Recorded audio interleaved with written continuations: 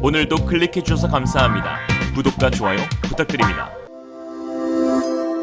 Realism. 세계 대기업들도 해내지 못한 기적을 한국의 스타트업이 성공해내자 전 세계 충격에 빠지다 한국인의 천재성 비밀이 밝혀지자 중국이 경악하는 이유, 한국의 조그마한 스타트업 회사가 전기차 배터리인 2차전지 핵심 소재의 양극재 성능을 한계치까지 끌어올리는 데 성공하였습니다. 지난 18일 유니스트의 에너지화학공학과 조재필 교수가 창업한 스타트업 SM랩은 니켈 함량을 98%까지 높인 하이니켈 양극재 개발에 성공하였는데요. 이로써 전기차 가격을 낮추면서 주행거리는 확연하게 늘리는 원천 기술을 확보하게 되었습니다. 특히 마의벽으로 불리던 니켈 함량 94%를 돌파한 세계 최초 사례로 실험실 수준을 넘어 상용화 직전까지 기술이 완성돼 이르면 내년 상반기 양산도 가능한 것으로 알려져 있습니다. 2차 전지는 양극재, 음극재, 리튬이온 이동 통로인 전해질, 분리막 4가지로 구성됩니다. 높은 전압을 견뎌야 하는 양극재는 2차 전지 가격의 40%가량을 차지하는 핵심 소재인데요. 양극재엔 니켈 함량이 80% 이상인 NCM, NCA 복합재가 주로 쓰입니다. 그 가운데 비싼 코발트 함량을 최소화하고 배터리 성능을 향상시켜주는 니켈 함량을 올리는 것이 관건입니다. 니켈 함량 90% 이상은 세계에서도 한국 배터리 3사만이 가지고 있는 고난도 기술입니다.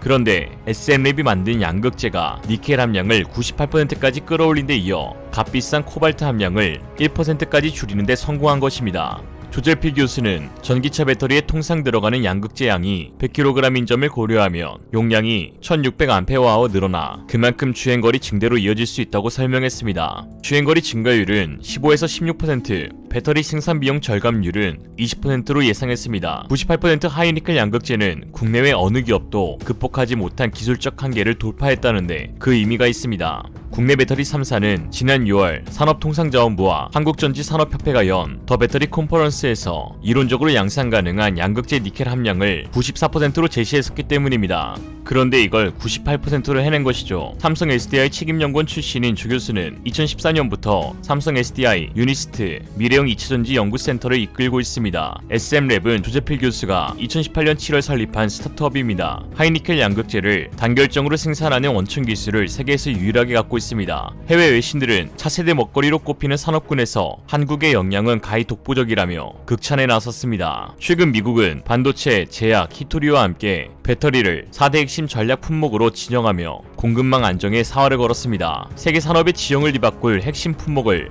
동맹국들과 협력을 통해 강력한 공급망을 구축하고 거기에 중국까지 견제하겠다는 의도가 숨겨져 있는데요. 주목할 건 한국이 강점을 보이는 산업군이 대거 포함됐다는 점입니다. 4대 핵심 품목 중 반도체, 배터리, 제약에서 한국이 갖고 있는 산업 역량이 주목받고 있는 상황인데요. 미국은 미국 혼자 공급망 문제를 해결할 수 없고 미국이 자국 생산을 늘리는 것만으로 대응할 수 없는 건 동맹과 협력하는 게 필요하다며 한국을 74회나 언급했습니다. 반도체야 말할 것도 없이 한국을 대표하는 산업이며 배터리 산업도 최근 발표된 통계에 따르면 중국을 제외한 세계 전기차 배터리 시장에서 LG 에너지 솔루션이 35%로 1위, 삼성 SDI가 10%로 3위, SK 이노베이션이 9.7%로 4위에 상위권을 차지해 한국이 55.3%, 절반이 넘는 점유율을 차지하고 있는 것으로 밝혀졌습니다. 중국 CATL이 갖는 점유율은 일종의 착시 현상으로 시진핑이 자국산 전기차에 CATL 배터리만 몰아줬기 때문에 점유율에서 한국을 뒤쫓고 있지만 기술력에는 현저한 차이가 있습니다.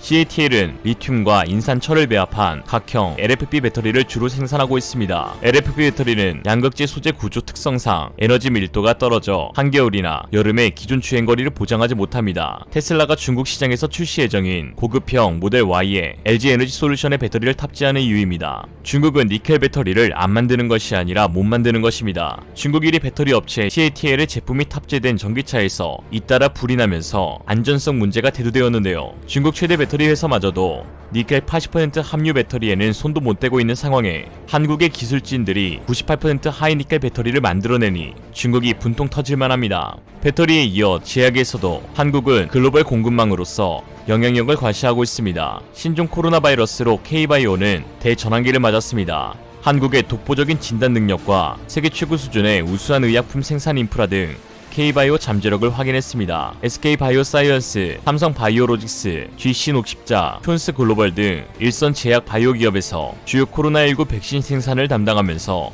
글로벌 백신 제조 허브로 발돋움하고 있습니다. 제약 바이오 업체 중 매출 1조 원을 넘긴 기업도 11개나 탄생했습니다. 이처럼 한국이 또 한 번 제2의 한강의 기적을 써낼 준비를 하자 외신들은 쇠퇴하고 있는 일본과의 비교를 통해 한국을 극찬하고 나섰습니다. 미 언론 블룸버그 통신은 19일 두 번의 올림픽을 통해 일본은 자국이 겪고 있는 기술 쇠퇴를 잘 보여주었다며 일본의 기술 산업 변화를 집중 조명했는데요. 블룸버그는 1964년 일본이 첫 도쿄올림픽을 열었을 당시 시속 210km 신칸센 고속차를 공개해 첨단 기술 시대의 서막을 열었다고 표현했습니다. 또한 소니의 비디오 카세트와 도시바 플래시 메모리, 게임 산업에 혁명을 가져온 스페이스 인베이더는 세계를 사로잡았고 IT 강국으로 꼽히던 일본은 미국을 제치고 최대 경제 대국으로 떠올랐죠. 그러나 현재 일본은 수십 년간 답도 없는 기술적 공황 상태에 빠져있는 상황입니다. 그 사이 한국의 기업들은 스마트폰, 반도체, 배터리 등 첨단 분야에서 일본을 앞질렀다고 블룸버그는 전했습니다. 스가 요시히데 일본 총리가 한때 잘나가던 반도체 산업 일부라도 되찾기 위해 애쓰고 있지만 일본의 오래된 관행으로 이를 바꾸기 어렵다는 의견이 지배적입니다.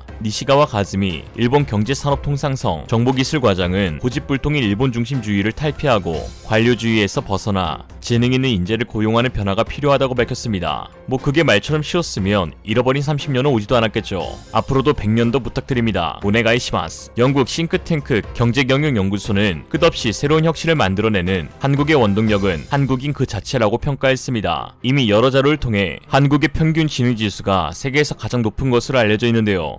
2004년 영국의 얼스터대 리처드 린 교수와 필리핀의 헬싱키대 타투 바나인 교수가 세계 185개국 국민의 평균 지능 지수를 조사한 결과 한국은 조사 185개국 중 홍콩에 이어 106으로 세계 2위를 차지했으며 2018년 IQ 리서치에서 조사한 통계에서도 한국은 평균 지능 106을 기록해 2위를 차지했습니다. 또한 스위스 취리 대학 논문에서는 한국인의 평균 지능을 1위로 발표하기도 했습니다. 물론 한국이 가진 독보적인 기술력이 단순히 지능이 높아서 얻어낸 성과라고 할 수는 없습니다. 이는 IQ 이상의 무엇인가가 존재하는 것이죠. 같은 동아시아인 중국과 일본도 IQ 평균 통계에서 항상 상위권을 기록하고 있기도 하니까요. 그러나 중국은 그 머리로 남의 것을 베껴 짝퉁을 똑같이 만드는 데 사용하고 일본은 그 머리로 손 대신 사용하는 도장 찍는 기계를 만드는 데 사용합니다. 그러나 한국은 명석한 도내로 늘 새롭고 역동성 있는 혁신적인 개발을 하는 데 사용하죠. 블룸버그는 2021년 혁신 지수를 발표하며 한국을 전 세계에서 가장 혁신적인 나라로 꼽았는데요. 우리나라는 90.49를 획득해 세계 1위를 차지했습니다. 블룸버그 혁신지수는 총 7개 부문으로 구분해 총 60개국을 대상으로 국가의 혁신력을 종합적으로 판단합니다. 우리나라는 특허활동, 연구개발 집중도, 제조업 부가가치,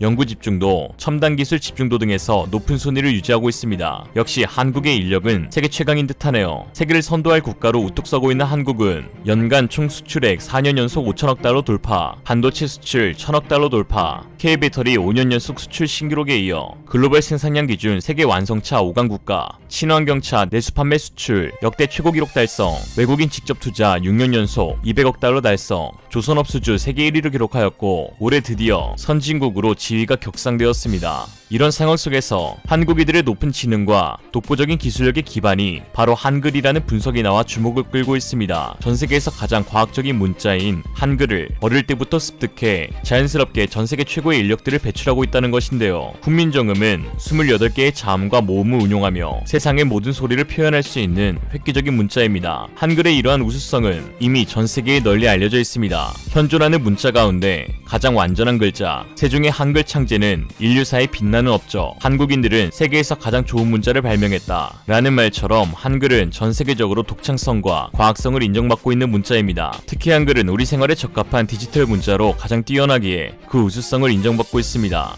우리가 쓰는 한글은 디지털 문자를 입력하기에 정말 간편합니다. 중국어나 일본어의 경우 한자 변환과 같은 여러 작업이 필요하기 때문에 한글에 비해 시간이 오래 걸립니다. 한글이 있어서 스마트폰 입력이 되고 컴퓨터 자판이 생기고 그 결과 우리가 매일 매 순간 쓰고 있는 문자, 텍스트, 작품, 논문, 연구 전체가 디지털로 간편하게 변환되고 우리 정신의 축적물인 한글 빅데이터의 축적이 가능해졌습니다. 미래에 음성인식을 이용한 기술이 상용화되면 음소 문자인 알파벳보다 한글은 하나의 모음이 하나의 소리값을 가지기 때문에 한글이 음성인식에서도 가장 뛰어나다는 평가입니다. 우리가 오늘날 4차 산업혁명 시대에 디지털 강국이 된 데에는 이런 한글이 중요한 역할을 했습니다. 이처럼 세계가 한국을 주목하고 있는 상황에 문득 세종대왕님의 말씀이 뇌리를 스칩니다. 마치 우리가 나아가야 할 길을 알려주신 듯한데요. 훈민정음에는 나란 말씀이 등기게 달아 문자와로 서로 사마띠 아니할세, 즉 나란 말씀이 중국과 달라 한자와 서로 통하지 않으니 로 시작합니다. 즉 중국은 그때나 지금이나 말이 통하지 않는다는 거죠. 반박하면 중국인, 말도 안 통하고 뭐 하나 배울 것 없는 유사국가 중국인데, 우리 아름다운 강산의 차이나타운이니 문화복합타운이니 중국 문화를 알리는 뻘짓은 그만두고 이제 우리 고유의 문화를 알리는데 더 많은 관심을 쏟을 때입니다. 보고 있나 추문순, 좀 그만 자고. 다소 식상한 문장이지만 이 말로 맞춰야 할 것 같습니다. 가장 한국적인 것이 가장 세계적인 것이다. 이상으로 리얼리즘이었습니다. 여러분의 생각은 어떠신가요? 현명하고 지혜로운 여러분의 의견을 지금 댓글에 남겨주세요. 감사합니다.